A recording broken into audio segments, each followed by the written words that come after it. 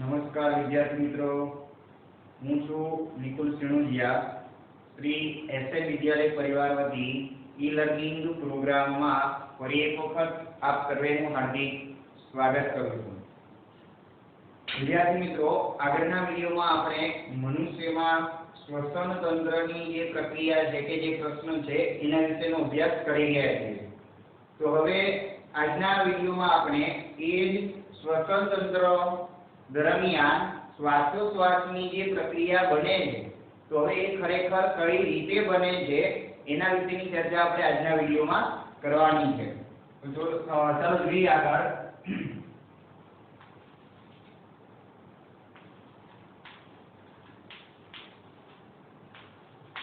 મનુષ્યમાં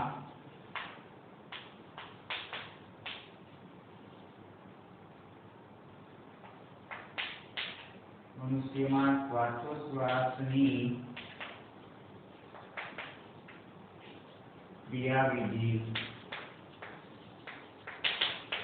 સમજાવો. હવે અહીંયા શ્વસન તંત્ર કઈ રીતે કામ કરે છે એના વિશેની આપણે ચર્ચા કરી રહ્યા છીએ કે આખું જે શ્વસન તંત્ર છે એની અંદર કયા કયા અંગો આવેલા હોય અને એ દરેકે દરેક અંગ કઈ રીતે કાર્ય કરે છે એની આપણે સંપૂર્ણ માહિતી આગળના વિડીયોમાં મેળવી ગયા છીએ. હવે પ્રશ્ન એ છે કે શ્વસન તંત્ર દરમિયાન ઓક્સિજન વાયુ આપણે લઈએ છીએ અને કાર્બન ડાયોક્સાઇડ વાયુ બહાર કાઢીએ છીએ. એ પ્રક્રિયા જે બને છે એ આપણને ખબર પડી ગઈ કે આપણા શ્વસન તંત્ર દ્વારા કઈ રીતે નિયંત્રિત કરવામાં આવે છે. પરંતુ હવે એ પ્રશ્ન છે કે એ જે ક્રિયા બને છે તો એ ક્રિયા ખરેખર કઈ રીતે બને છે. મતલબ ત્યાં શ્વાસોશ્વાસની જે પ્રક્રિયા સતત ચાલુ રહે છે, તો એ પ્રક્રિયા પાછળનું કારણ શું છે એ આપણે જાણવાનું છે આજના વિડીયોમાં. તો ચાલો જોઈએ. હવે આગળ તો શ્વાસોશ્વાસની જે પ્રક્રિયા છે એની અંદર આપણા જે શ્વસન તંત્રના બે એવા અંગો છે કે જે આ ક્રિયાવિધિમાં મુખ્ય ભાગ ભજવે છે. તો એવા બે કયા અંગો છે તો એની વાત કરીએ તો એ છે, પહેલા તો લખીએ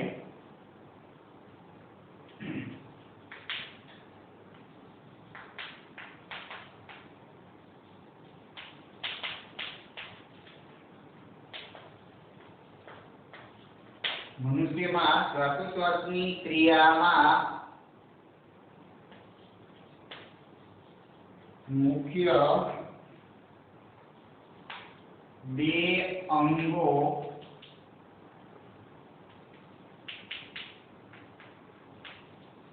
ભાગ ભજવે છે. મતલબ કે બે એવા અંગો આવેલા છે આપણા જે શ્વસન તંત્રના જે આખી ક્રિયા છે એના કારણે થાય છે. તો હવે એમાં પહેલું અંગ છે ઉરોદર પટલ અને બીજું છે સ્નાયુમય પાંસળીઓ.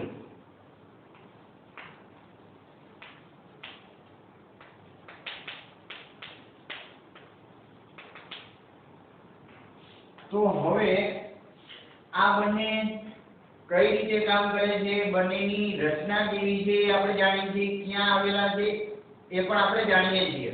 હવે જાણવાનું એ છે કે આ બંને દ્વારા એવી રીતે કઈ કઈ પ્રક્રિયા બને છે કે જેના આધારે આપણે સતત શ્વાસોશ્વાસની પ્રક્રિયા છે એ કરીએ છીએ.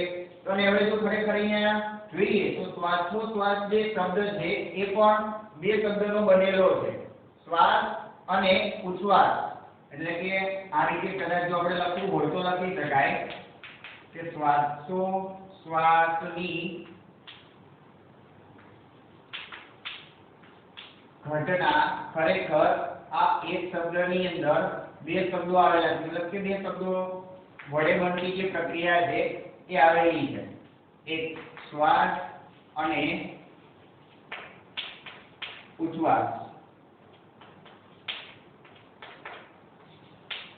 તો હવે વિચારો કે આ જગ્યાએ આપણા શ્વસન તંત્ર દરમિયાન બનતી જે ઘટના છે એની અંદર એક શ્વાસની પ્રક્રિયા મતલબ શ્વાસ લેવાની પ્રક્રિયા, તો આપણે શ્વસન ક્રિયા દરમિયાન ઓક્સિજન વાયુ મેળવીએ છીએ અને ઉચ્છ્વાસમાં આપણે શું કરીએ છીએ તો કે CO2 વાયુ છે એ મુક્ત કરીએ છીએ। તો હવે આ જગ્યાએ બનતી જે આ ઘટના છે તો હવે ખરેખર આ ઘટના પાછળ જવાબદાર બે મુખ્ય કયા અંગો છે તો એક ઉરોદર પટલ અને એક છે સ્નાયુમય જે પાંતળીઓ આવેલી છે આપણા ફેફસાની ફરતે જે કવચ સ્વરૂપે એક રક્ષણ તરીકેનું કામ કરે છે એ બંને। તો હવે આ બંનેનો ભાગ કે આ બંને કઈ રીતે ઉપયોગી બને છે આ શ્વાસોશ્વાસની પ્રક્રિયામાં હવે આપણે એની વાત કરવાની છે। તો ચાલો આકૃતિ વડે સમજીએ।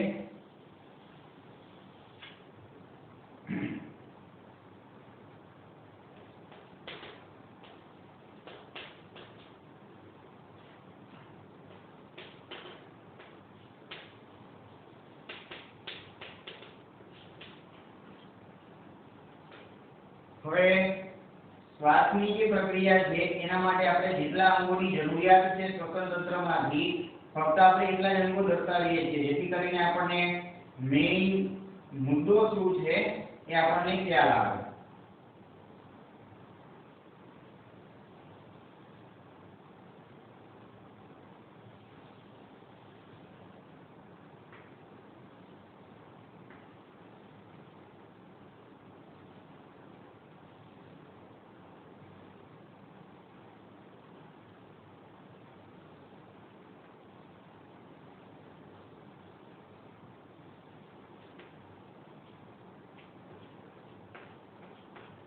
આવી રચના જે છે એ આપણે જાણીએ છીએ કે આપણે આ ફેફસાની રચના કાલે કઈ રીતે દોરવી એ આપણે આગળના વિડિયોમાં સમજી ગયા છીએ।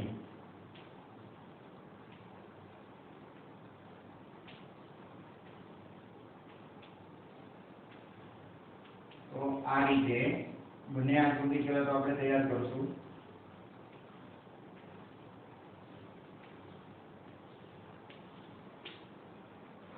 તો હવે આ રીતે શ્વાસની જે પ્રક્રિયા છે એ દરમિયાન બે અંગો ઉપયોગી બને છે। કયા બે અંગો છે સ્નાયુમય પાંતળીઓ અને એક છે ઉરોદર પટલ।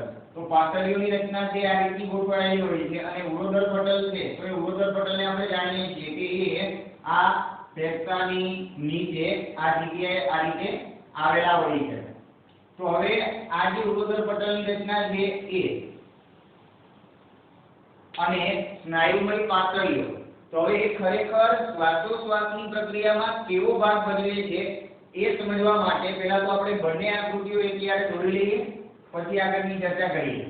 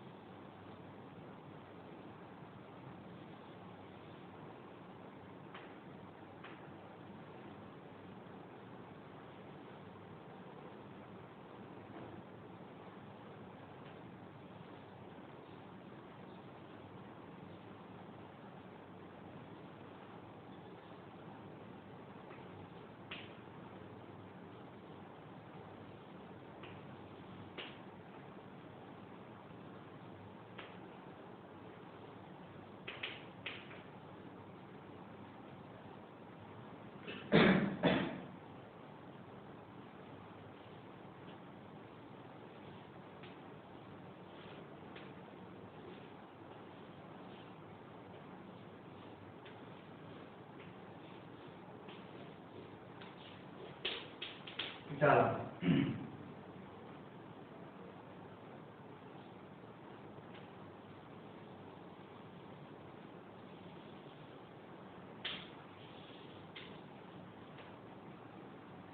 હવે અહીંયા આ શ્વાસોશ્વાસની પ્રક્રિયા દરમિયાન શ્વાસ અને ઉચ્છ્વાસની જે ઘટના બને છે એની અંદર આપણે જે આ ભાગ દર્શાવી છે આ છે ઉરોદર પટલનો ભાગ।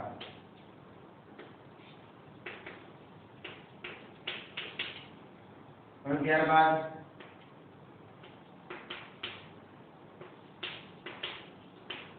સ્નાયુમય પાંતળીઓ। ઓકે હવે અહીંયા શ્વાસોશ્વાસની પ્રક્રિયા જે બને છે તો એ પ્રક્રિયા દરમિયાન શું બને છે તો હવે વિચારો કે આ દરમિયાન અહીંયા જે આ બે અંગો ઉપયોગી બને છે ઉરોદર પટલ અને સ્નાયુમય પાંતળીઓ। હવે ખરેખર એના દ્વારા કઈ રીતે આપણે શ્વાસ લઈ શકીએ છીએ અને ઉચ્છ્વાસ બહાર કાઢીએ છીએ તો હવે એના પાછળનું કારણ શું છે એ જોઈએ.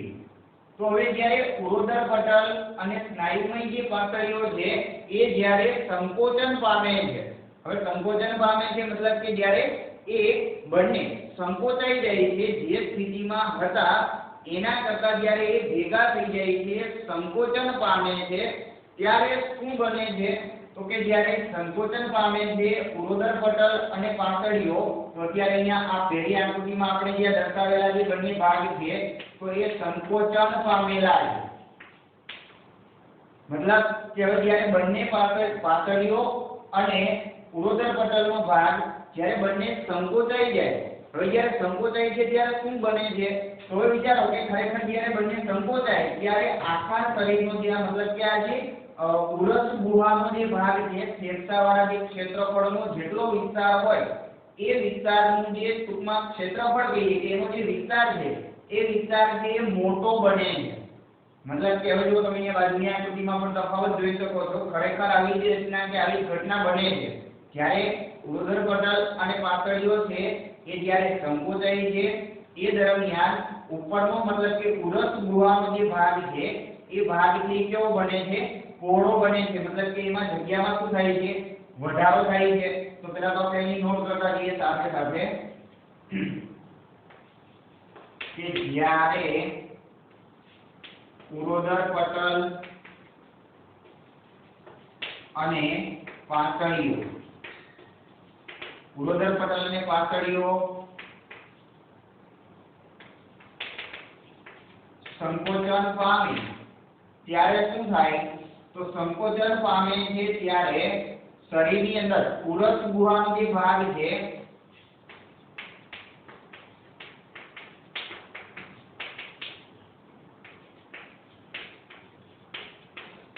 ઉરસ ગુહાનો જે ભાગ છે એમાં વધારો થાય છે, મતલબ શરીરની અંદરનો જે ભાગ છે એમાં વધારો થાય છે. ઓકે, હવે જ્યારે અંદરના ભાગમાં વધારો થાય ત્યારે હવે વિચારો કે અંદરના ભાગમાં આ રીતે અંદરના ભાગમાં વધારો થાય છે. હવે જ્યારે અંદરનો ભાગ છે એ મોટો બને છે પહેલા કરતા, તો જ્યારે મોટો બને ત્યારે શું થશે તો અંદરનો ભાગ જ્યારે મોટો બને એ દરમિયાન આ ઉરસ ગુહાની અંદરના ભાગમાં જેટલી હવા હોય એ હવાનું જે દબાણ છે એ હવાનું દબાણ છે એ ઘટે છે, અને જ્યારે બહારના વાતાવરણમાં જે હવા હોય એ હવાનું દબાણ છે ખરેખર શું થશે, વધે છે. કારણ કે પહેલા જેટલો ભાગ હતો એ દરમિયાન જે હવાનું પ્રમાણ હતું, હવે શું બને છે કે જ્યારે બંને પાતળીઓ અને ઉરોદર પટલ આ બંનેનો ભાગ જે છે એ જ્યારે સંકોચન પામે એ દરમિયાન અંદરનો જે ભાગ છે એમાં વધારો થાય છે. હવે અંદરના ભાગમાં જ્યારે વધારો થાય ત્યારે શું થાય તો કે એ ગુહાનો જે ભાગ છે એ વધે છે, એટલા માટે અંદરના ભાગમાં હવાનું જે દબાણ છે એ વાતાવરણમાં રહેલા હવાના દબાણ કરતા ઘટે છે. એટલે કે હવે શું કહી શકાય કે ઉરસ ગુહાનો જે ભાગ છે એમાં વધારો થાય છે, એટલા માટે અંદરનું હવાનું દબાણ બહાર કરતા ઘટે. એટલે કે હવે અહીંયા પરિસ્થિતિ કેવી બને છે કે બહારનું હવાનું દબાણ વધારે છે અને જ્યારે અંદરની હવાનું દબાણ ઓછું છે. તો આપણે સ્વાભાવિક રીતે જાણીએ છીએ અને આગળના ધોરણોમાં આપણે ઘણી બધી પ્રવૃત્તિઓ પણ કરી ગયા છીએ. દાખલા તરીકે એક પ્રવૃત્તિ તમને યાદ કરાવું તો એક આવી પ્રવૃત્તિ પણ તમે ભણી ગયા છો કે આ પાણી ભરેલું એક પાત્ર છે, તેમાં આપણે ઓછું પાણી ભરીએ છીએ અને એક વધારે પાણી ભરેલું પાત્ર છે. હવે આની અંદર આ બે વચ્ચે આપણે એક પાઇપ જોડી દઈએ તો હવે શું થશે તો પાણી જે સ્વાભાવિક છે કે આ પાઇપમાંથી મતલબ કે આ બીકરમાંથી કે આ ગ્લાસમાંથી આ ગ્લાસમાં જાય છે. તેનો મતલબ શું છે, કારણ કે અહીંયા પાણીનું પ્રમાણ વધારે છે એટલે કે આના પર હવાનું દબાણ પણ કેવું હશે, વધારે. જ્યારે અહીંયા હવાનું દબાણ કેવું છે તો અહીંયા હવાનું દબાણ ઓછું છે.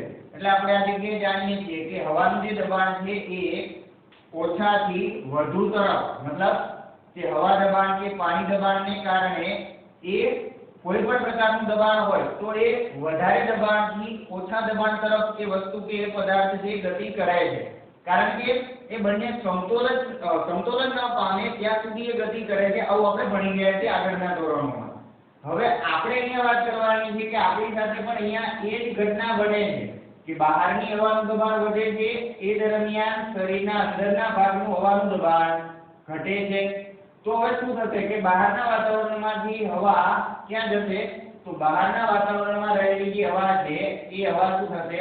તો હવે એ આપણા શરીરમાં દાખલ થાય છે અને એ ખરેખર આપણે નાક વાટે જે શરીરમાં અંદર હવા દાખલ કરીએ તો એ હવા દાખલ થાય છે અને શ્વસન તંત્ર દ્વારા ઓક્સિજન વાયુ મતલબ કે શ્વસન તંત્ર દ્વારા નાકમાંથી એ હવાનું શુદ્ધિકરણ થઈ અને ફક્ત ઓક્સિજન વાયુ છે એ આપણા શ્વસન તંત્રમાં આગળ વધે અને આ રીતે આપણે જાણીએ છીએ કે શ્વસન તંત્રમાં આગળ વધી અને શ્વાસવાહિનીઓ, શ્વાસવાહિકાઓ, વાયુ કોષો સુધી એ ઓક્સિજન પહોંચે છે અને એ ઓક્સિજનનું શું થાય? તો અહીંયા વાયુ કોષો છે એના દ્વારા ઓક્સિજન અને કાર્બન ડાયોક્સાઇડ બંને વાયુની શું થાય છે? આપલે થાય છે અને એ દરમિયાન રુધિરથી ઓક્સિજન વાયુ મેળવે છે, વાયુ કોષો છે કાર્બન ડાયોક્સાઇડ વાયુ મેળવે છે. તો હવે આ જગ્યાએ હવે વાયુ કોષોમાં કાર્બન ડાયોક્સાઇડ વાયુ આવી ગયો. તો હવે એ દરમિયાન બનતી ઘટના કેવી છે? તો હવે એ દરમિયાન આપણે ઉચ્છ્વાસમાં આપણે જાણીએ છીએ કે આપણે કાર્બન ડાયોક્સાઇડ વાયુ બહાર કાઢીએ છીએ. તો હવે બિલકુલ આ જગ્યાએ ફરી પાછી આવી જ ઘટના બને છે. બિલકુલ આવી જ રીતની ઘટના બાજુમાં બને છે. તો જો બાજુમાં આપણે આકૃતિ આપેલી છે તો હવે એના માટે વિચારો કે હવે જ્યારે આ બંને મતલબ કે આ બંને એટલે કોણ?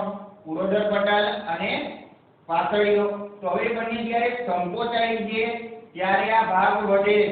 ભાગના વધવાથી હવાનું દબાણ ઘટે છે. હવાનું દબાણ ઘટવાથી બહારની હવા અંદર દાખલ થાય છે. હવે વિચારો કે એની ઉલટી પ્રક્રિયા વિચારો કે જ્યારે ઉરોદર પટલ અને પાતળીઓ છે એ ફરી પાછી વિકોચન પામે મતલબ કે ફરી પાછી સંકોચનની સ્થિતિ છે એ બદલાઈ જાય એ દરમિયાન તો શું બનશે? તો એ દરમિયાન આવી સ્થિતિ બને છે.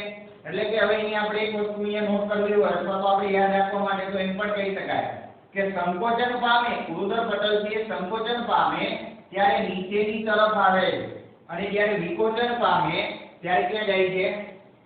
તો વિકોચન પામે ત્યારે ઉપર તરફ જાય છે. તો હવે વિચારો કે જ્યારે ઉરોદર પટલ અને પાતળીઓ જે વિકોચન પામે એ દરમિયાન શું થશે? તો એ દરમિયાન અંદરનો જે ઉરસનો ભાગ છે હવે એ વિકોચન પામે છે એટલે કે એ ભાગ કેવો બને છે? પહેલા કરતા નાનો. અંદરનો ભાગ છે એ કેવો બનશે? નાનો બને છે. તો હવે નાનો બને છે એટલા માટે શું થશે કે અંદરની હવાનું દબાણ વધે છે અને બહારની હવાનું દબાણ કેવું હશે? ઓછું. તો હવે સ્વાભાવિક છે કે બહારની હવાનું દબાણ ઓછું છે તો હવા અંદરથી ક્યાં જવાની? બહાર જવાની. તો આ રીતે આપણે હવે ઉચ્છ્વાસમાં કાર્બન ડાયોક્સાઇડ વાયુ બહાર કાઢીએ છીએ. તો હવે જો એના માટે પણ આપણે અહીંયા ટૂંકમાં લખવું હોય તો લખી શકાય કે શું લખીશું કે ઉરોદર પટલ અને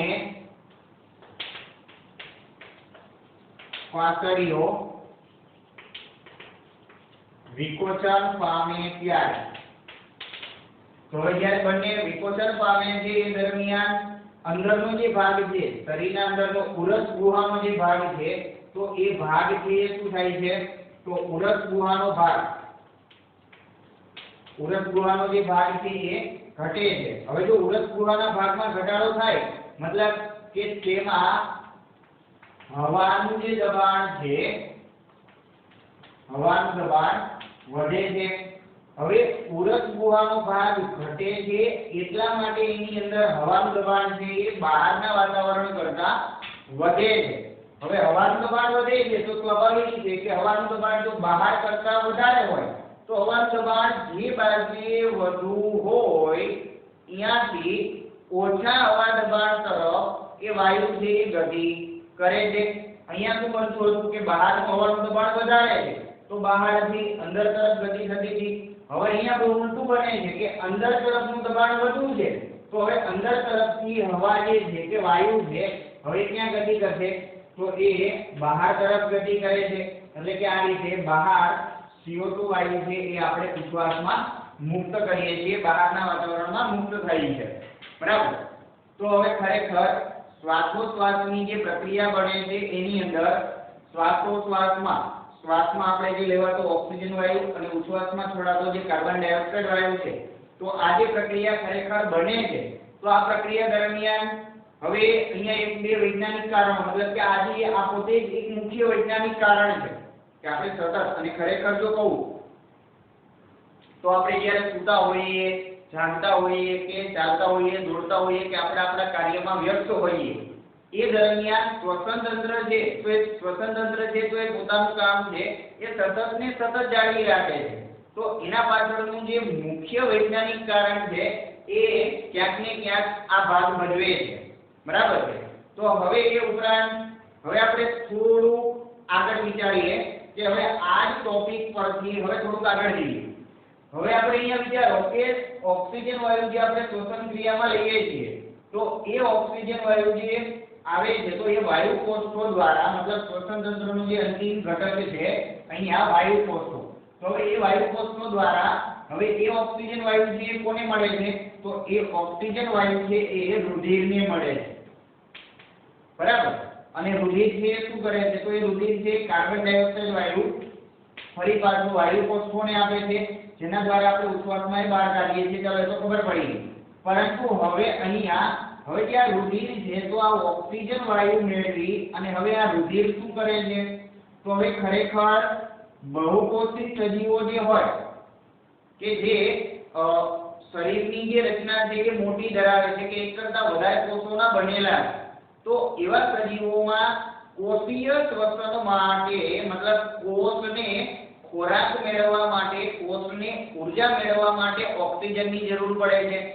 તો હવે એ દરમિયાન એમને ઓક્સિજનની જે જરૂર પડે છે તો એ ઓક્સિજનની પૂર્તિ કઈ રીતે થાય છે કે દરેકે દરેક કોષો સુધી ઓક્સિજન કઈ રીતે પહોંચે છે, તો હવે એના માટે ચોક્કસ પ્રકારના આવા શ્વસન તંત્રની રચના હોય છે અને એ શ્વસન તંત્ર દ્વારા ઓક્સિજન છે એ શરીરના તમામે તમામ કોષો સુધી પહોંચાડવામાં આવે છે.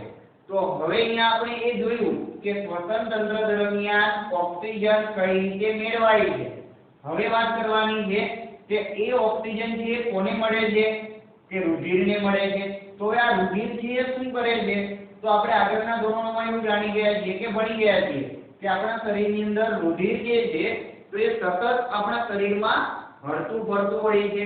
તો હા, એના પાછળનું મુખ્ય કારણ એ જ છે કે રુધિર શું કામ કરે છે, તો એ ફેફસામાંથી આવેલો ઓક્સિજન છે એ લઈ અને એ ઓક્સિજનને લઈ અને આખા શરીરની અંદર તમામે તમામ કોષો સુધી પહોંચાડવાનું કાર્ય કરે છે.